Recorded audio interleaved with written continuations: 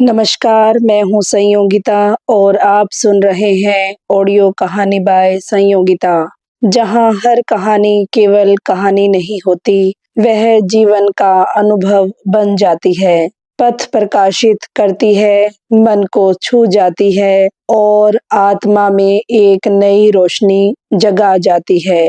आज हम शुरू कर रहे हैं एक ऐसी कथा जिसमें है जीवन का प्रबंधन का सार, आचरण का धर्म, सत्य का बल, नीति का प्रकाश और मनुष्य को मनुष्य से आगे एक श्रेष्ठ मानव बनने की प्रेरणा। यह है विदुर नीति, महाभारत की अमूल्य बुद्धि, द्वापर युग का महान ज्ञान और एक ऐसे व्यक्ति की वाणी जिसने सिंहासन से भी बड़ा सत्य का ताज धारण किया। विदुर की नीति केवल राजा के लिए नहीं, बल्कि हर उस इंसान के लिए है जो जीवन में सफलता, शांति, सम्मान और विवेक की तलाश करता है। उनके शब्द आज भी उतने ही शक्तिशाली हैं जितने हजारों वर्ष पहले थे। तो आइए आरंभ करते हैं विदुर नीति की यह दिव्य, अद्भुत, विशाल कथा, जो आपको ज्ञान, प्रेरणा और जीवन बदल देने वाले सत्य के महासागर में ले जाएगी। समय था द्वापर युग का, हस्तिनापुर, जहाँ सत्ता थी, राजा थे, वीर थे और महिमा थी। पर उसी हस्तिनापुर में एक ऐसा व्यक्ति भी था जिसके पास ना सिंहासन था ना राज्य, लेकिन पूरा राज्य उसकी बात सुनता था। वह था विदुर। वह राजा धृतराष्ट्र के भाई थे, परंतु जन्म दासी की कोख से हुआ था, इसलिए सिंहासन का अधिकार नहीं था। लेकिन बुद्धि, नीति, धर्म, विवेक, सत्य, इन सब में वे उस युग के सबसे आगे खड़े थे। कहा जाता है, यदि बुद्धिमता का कोई रूप होता तो वह विदुर के रूप में दिखाई देता। हस्तिनापुर का हर फैसला उनसे होकर गुजरता और धृतराष्ट्र, जो स्वयं अंधे थे, विदुर की बुद्धि को अपनी आंखों की तरह प्रयोग करते थे। पर उनके अंदर एक दर्द भी था कि जो सही है, जो धर्म है, उसे सब नहीं सुनते। कौरव और पांडव दोनों उनके भाई बंधु थे, पर विदुर जानते थे एक रास्ता धर्म का है, दूसरा अधर्म का, और जो अधर्म है वह चाहे कितना भी शक्तिशाली दिखे, अंत में टूटता ही है। एक रात धृतराष्ट्र बेचैन थे। दरबार खाली था, दीपक की लो हवा में डोल रही थी, चिंता की रेखाएं उनके माथे पर थी। उन्होंने विदुर को बुलवाया। विदुर आए, शांत, गंभीर, स्थिर। धृतराष्ट्र बोले, विदुर, मेरे मन में शांति नहीं है। मुझे लगता है कोई संकट आने वाला है। मुझे मार्ग बताओ। विदुर समझ गए, यह वही समय है जब एक राजा को सच सुनना चाहिए और एक मंत्री को सच बोलना चाहिए। उन्होंने कहा, राजन, जिस मन में अधर्म बढ़ता है उसे अपने सपनों में भी अशांति का अनुभव होता है। यह सामान्य नहीं है। जिस राज्य में अन्याय पनपता है वहां राजा को नींद नहीं आती। धृतराष्ट्र ने कहा, क्या तुम कहना चाहते हो कि संकट मेरे घर से उठेगा? विदुर बोले, राजन, जिस घर में लालच, क्रोध और ईर्ष्या पनपती है, संकट वही पैदा होता है। और दुर्योधन के भीतर ये तीनों एक साथ बढ़ रहे हैं। धृतराष्ट्र मौन हो गए। मौन उन्हें प्रिय था, क्योंकि मौन में सच नहीं बोलना पड़ता और सत्य उनके मन को चोट पहुंचाता था। विदुर बोले, हे राजन, तीन लोग हमेशा कष्ट में रहते हैं। एक, जिसके पास धन है पर बुद्धि नहीं। दो, जिसके पास शक्ति है पर संयम नहीं। तीन, जो दूसरों के घर की लक्ष्मी पर निगाह रखता है। और दुर्भाग्य से दुर्योधन में ये तीनों दोष हैं। धृतराष्ट्र घबरा गए, कहा, विदुर, मैं उसे कैसे सुधारूं? वह मेरी बात नहीं मानता। विदुर बोले, जो पुत्र पिता की बात नहीं मानता, वह राज्य का विनाश कर देता है। राजन, यदि आप दुर्योधन को रोकते नहीं, तो पांडवों और कौरवों के बीच युद्ध निश्चित है। धृतराष्ट्र की आंखें नम हो गई। उन्होंने कहा, तुम सच कहते हो विदुर, पर मैं दुर्योधन के प्रेम में बंधा हूँ। मैं उसे रोक नहीं सकता। विदुर बोले, राजन, जो राजा प्रेम में पड़कर न्याय भूल जाता है, उसका राज्य पहले टूटता है, फिर उसका घर। धृतराष्ट्र तब भी मौन रहे। समय बीतता गया। कौरवों ने छल से पांडवों को वनवास भेज दिया। हस्तिनापुर में उत्सव मनाया गया, लेकिन विदुर का हृदय रो पड़ा। उन्होंने धृतराष्ट्र से कहा, राजन, पांडव आपके अपने हैं। उनके साथ छल हुआ है। जिस राज्य में धर्म को छोड़ा जाता है, वहां महाभारत जैसी घटनाएं जन्म लेती हैं। धृतराष्ट्र फिर भी मौन रहे। विदुर समझ गए, सत्ता के सिंहासन पर बैठने वाला यदि धर्म को त्याग दे, तो विनाश का नृत्य आरंभ हो जाता है। कुछ वर्षों बाद पांडवों ने पूछा, क्या राज्य हमें मिलेगा? और भगवान श्री कृष्ण पांडवों का संदेश लेकर हस्तिनापुर आए, शांति स्थापित करने के लिए। दरबार में बहुत भीड़ थी। कौरव, कर्ण, भीष्म, द्रोण सभी उपस्थित थे। भगवान कृष्ण ने दुर्योधन से कहा, 5 गांव दे दो, युद्ध टल जाएगा। दुर्योधन ने कहा, मैं सुई की नोक के बराबर भी भूमि नहीं दूंगा। यह सुनकर विदुर खड़े हुए।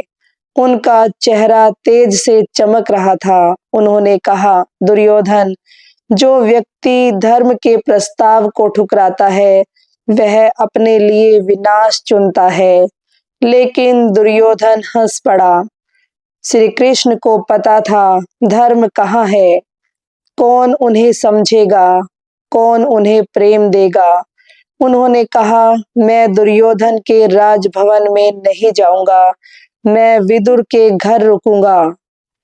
जब कृष्ण विदुर के घर पहुंचे, विदुर भावुक हो उठे। उन्होंने कहा, प्रभु, मेरे पास सिर्फ सादा भोजन है, ना राजसी पकवान, ना सोने चांदी की थाली। कृष्ण मुस्कुराए, विदुर, मुझे राजसी भोजन नहीं चाहिए, मुझे प्रेम चाहिए, और वह केवल तुम दे सकते हो। विदुर ने केले छील छील कर कृष्ण को खिलाए। कभी कभी भाव में उनसे छिलका ही कृष्ण के हाथ में चला जाता और श्री कृष्ण प्रेम से उसे भी खा लेते। कहा जाता है, भगवान को भोग नहीं, भाव चाहिए, और विदुर का भाव कृष्ण के हृदय में बस गया। एक रात धृतराष्ट्र फिर बेचैन हुए। उन्होंने कहा, विदुर, मुझे नीति सुनाओ, मुझे शांति चाहिए, मुझे जीवन का मार्ग चाहिए। और यहीं से आरंभ होती है विदुर नीति।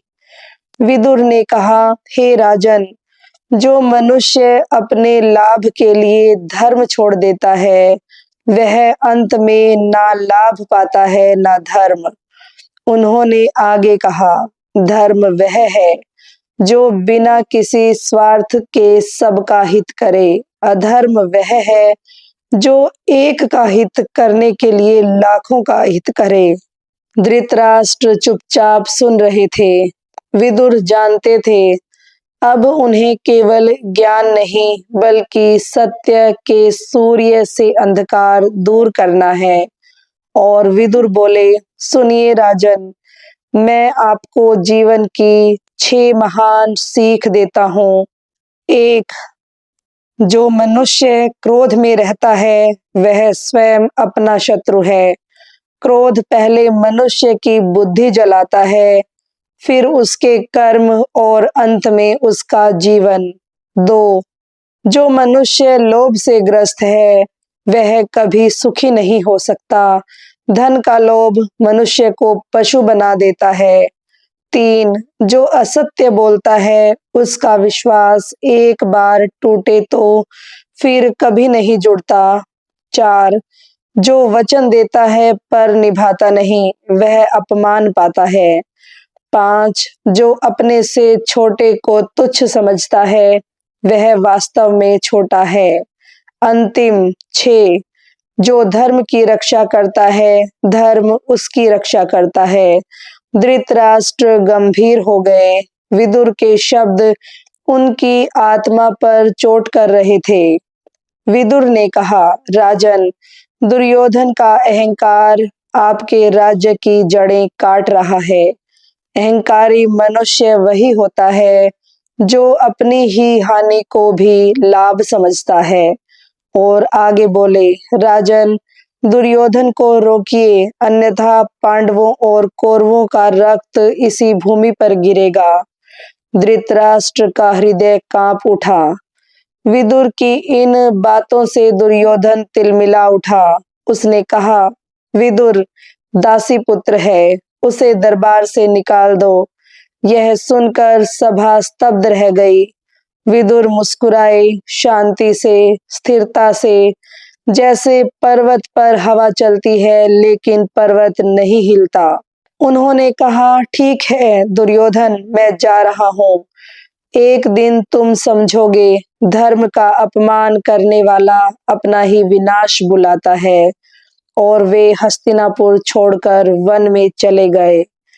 कृष्ण ने बाद में कहा, विदुर का जाना हस्तिनापुर की आत्मा का जाना है।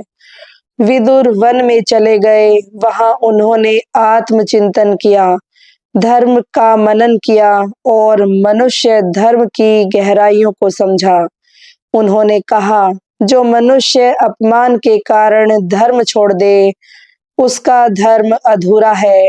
जो अपमान में भी शांत रहे वही महान है। वन की शांति में विदुर नीति और अधिक प्रखर हो गई। कुछ ही समय में वह युद्ध सामने आ खड़ा हुआ जिसका संकेत विदुर ने सालों पहले दिया था। महाभारत युद्ध। धरती कांप उठी। धर्म और अधर्म आमने सामने खड़े हो गए और इस युद्ध में विदुर के शब्द कौरवों के लिए चेतावनी और पांडवों के लिए प्रकाश बन गए। महाभारत युद्ध आरंभ होने वाला था। चारों ओर अशांति, भय और तनाव फैला था। सारा संसार जानता था कि अधर्म और धर्म की अंतिम टक्कर होने जा रही है। उसी रात धृतराष्ट्र फिर बेचैन बैठे थे। उन्होंने कहा, विदुर को बुलाओ, मैं अंतिम बार उससे नीति सुनना चाहता हूँ। किंतु कोई उत्तर नहीं मिला क्योंकि विदुर तो हस्तिनापुर छोड़ चुके थे। धृतराष्ट्र रो पड़े, जिसने मुझे हमेशा सत्य दिखाया। जब मैं गलत था तो मुझे रोका, आज वही मेरे पास नहीं है। दुख की यही प्रकाष्ठा है जब मनुष्य समझता है कि जिसे वह अनदेखा कर रहा था वही वास्तव में उसका शुभ चिंतक था। संजय वन में जाकर विदुर को खोजते हैं। वह उन्हें खोजते खोजते एक शांत स्थान पर पहुंचते हैं जहां विदुर ध्यान में बैठे थे, गंभीर, शांत, तेजस्वी, मानो महाकाल का ध्यान कर रहे हों। संजय बोले, विदुर, राजा धृतराष्ट्र आपको याद कर रहे हैं।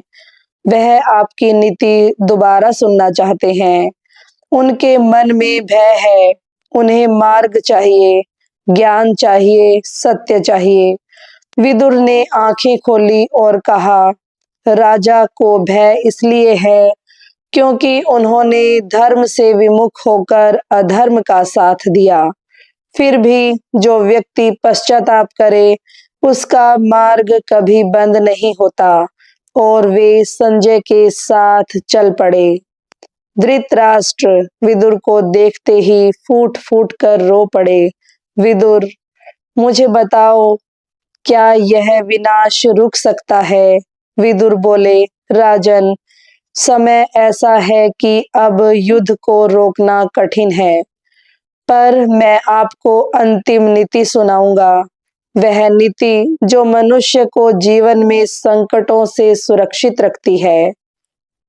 जिस मनुष्य का मन नियंत्रित नहीं है, वह दुनिया जीतकर भी हार जाता है। मन को जीतना सबसे बड़ी विजय है।